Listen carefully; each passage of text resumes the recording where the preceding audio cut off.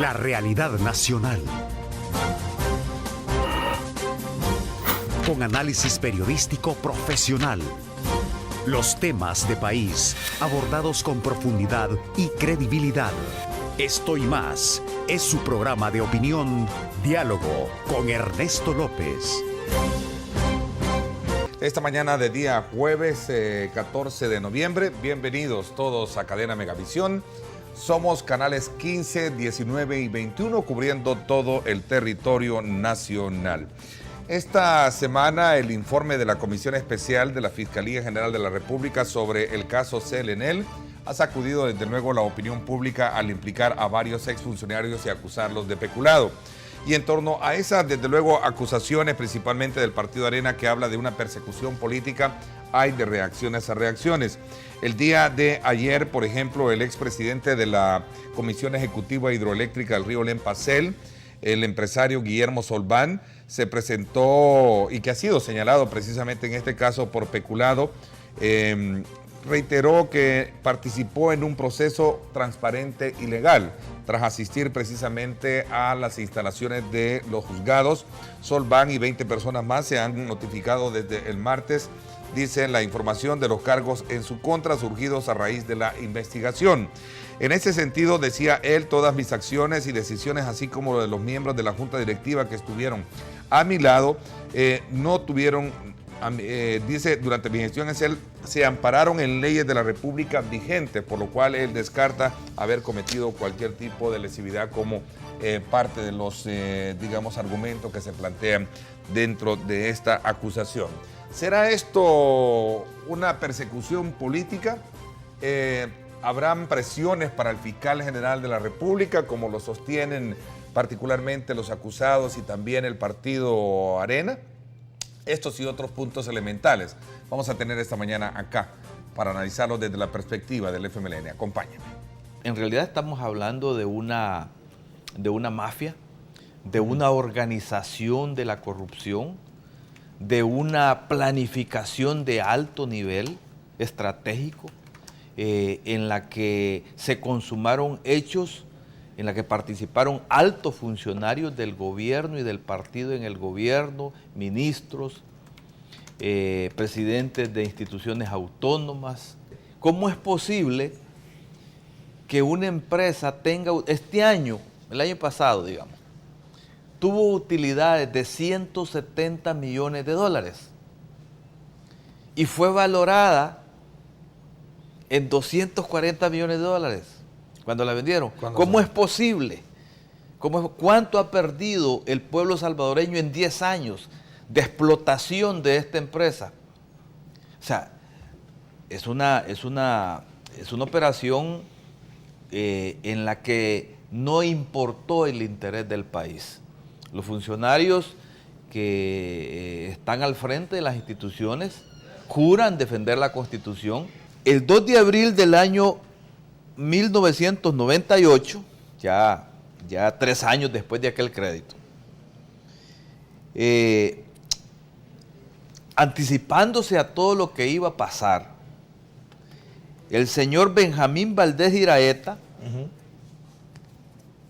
y la señora Sonia Mercedes Valenzuela y Sonia Yanet Hernández, ambas secretarias de la oficina jurídica de este señor, ¿verdad?, que no tenían la capacidad técnica, financiera, ¿verdad?, constituyen una sociedad que se llama Grupo EGI, Sociedad Anónima de Capital Variable, ¿verdad?, que tenía el propósito ya de participar en operaciones eléctricas, de distribución, de generación.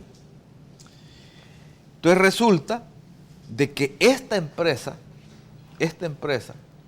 que la formaron ellos mismos, y este señor, este abogado, era hermano del que después fue nombrado presidente de GESAL, de lo que es la geotermia. O sea, el abogado forma una sociedad y su hermano era el presidente. Es decir... Y entonces, con secretarias lo hacen, ¿no? Entretejían todos los... Y resulta de que esta empresa participa en la licitación, participa en el concurso de la selección del socio estratégico.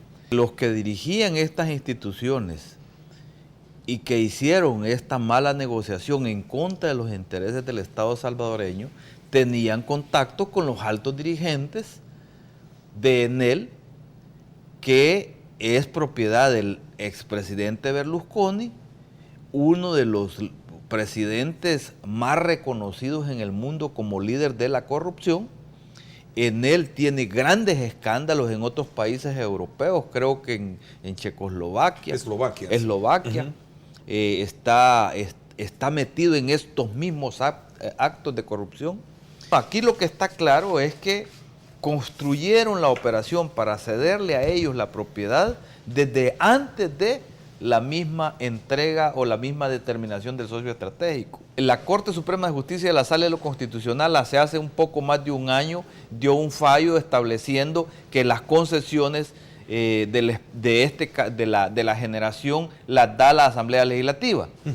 Pero había una Ley General de Electricidad que le establecía la facultad a la CIGET, violentando la Constitución. Arena había promovido ese decreto y así se aprobó. Se inventaron el tema de la capitalización, uh-huh. Dijeron, que el socio invierte y en base a eso le van dando acciones. Modificaron ese acuerdo en el sentido de que le podían ir dando acciones de manera ilimitada, de tal manera que esa es ilimitada, en determinado momento se iban a apoderar del 100% de la propiedad de esta empresa GESAL o la geotermia. Esto debió haber pasado primero por aprobación de la Asamblea Legislativa, que ese fue uno de los puntos medulares que planteé. La Asamblea Legislativa es la única que puede aprobar concesiones, y esta es una concesión, porque están explotando el subsuelo salvadoreño. Es el vapor de la tierra de donde se genera energía, y el subsuelo le pertenece al Estado. No se puede enajenar. Se puede hacer una concesión cuando el Estado salvadoreño no puede o no tiene la capacidad para impulsar un proyecto determinado, pero nunca pasó por la Asamblea Legislativa. Y aprobaron una ley que también la violaron porque la CIGET, que era la que ellos le habían encomendado la facultad de aprobar concesiones, no les dio concesión en este caso. Don Guillermo Solván, que a uno no deja de darle lástima por la edad en que se encuentra, un hombre de 86 años, pero porque tiene esa edad debe de quedar impune. ¿Y porque es suegro de uno de los hombres más ricos de este país? Aquí se están tocando grandes intereses. Esa familia de la que él es suegro no tiene ninguna responsabilidad en esto. Pero es el poder económico del país. Y sabemos que lo van a defender, por supuesto. ¿Cuál era la propuesta de Arena? Luis Martínez. Elegimos a un fiscal que es propuesta de Arena, un hombre de derecha,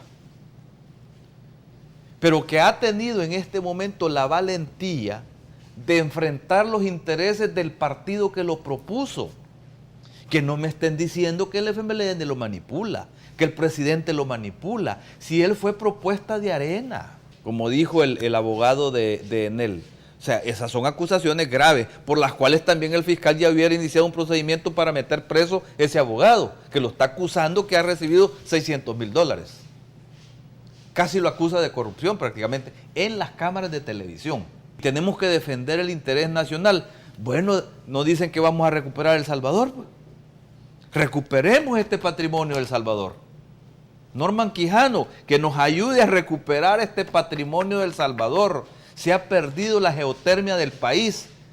¿A qué compromisos debe de llegar el señor fiscal para evitar, de alguna manera, pensar especulativamente de que todo esto es parte de una entraña política a la cual él se habría prestado?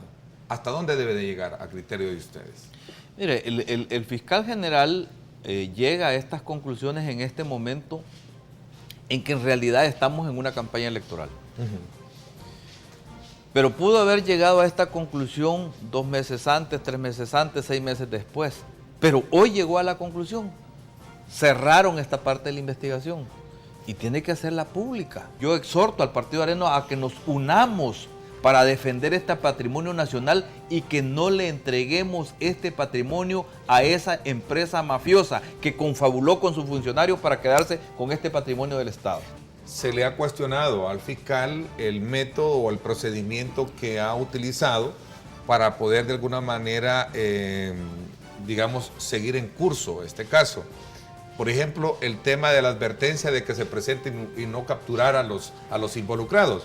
¿Cuál es la diferencia? Y este es el debate que teníamos anoche en Ernesto López Radio con nuestros invitados.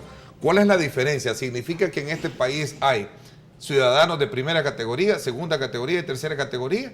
Porque aquí hemos visto de casos a casos. Media vez se especula en la fiscalía de que alguien ha cometido un delito, allá van con todo un operativo a capturarlo. Aquí ha sido todo lo distinto. Aquí se les dijo, miren señores, no hay capturas y vengan, ¿verdad? Para que ustedes aclaren.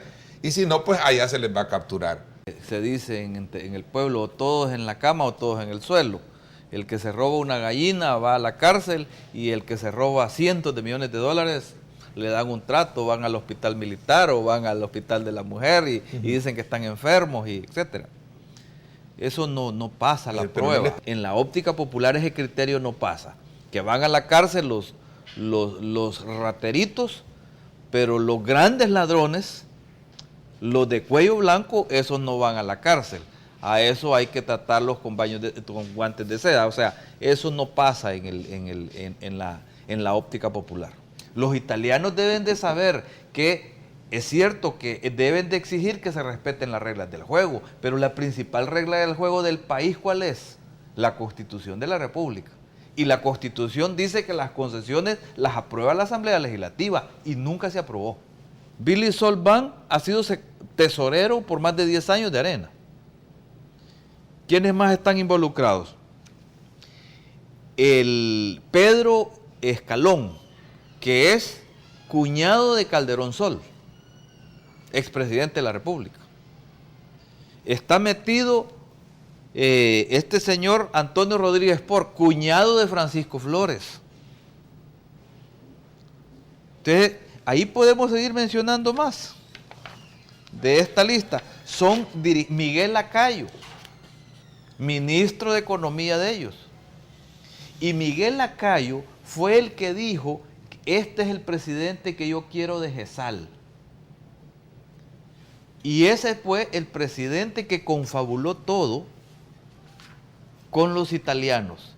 Debe de investigarse todo. Yo creo que se ha empezado por una parte importante que tiene ya 10 años, digámoslo así, de haberse concretado esta operación.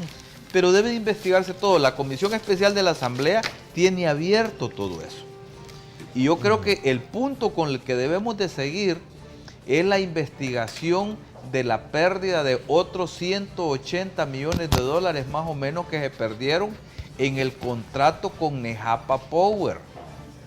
Que este mismo señor que está siendo hoy enjuiciado, don Guillermo Solván, firmó un contrato de compra de energía carísima y posteriormente, producto de la presión popular, renuncia al mismo contrato que él había firmado y la empresa lo demanda y resulta de que el Estado salvadoreño ha tenido que pagar más de 180 millones de dólares. Perdimos el juicio. Perdimos el juicio. ¿Quién es el responsable entonces? La realidad nacional. Con análisis periodístico profesional.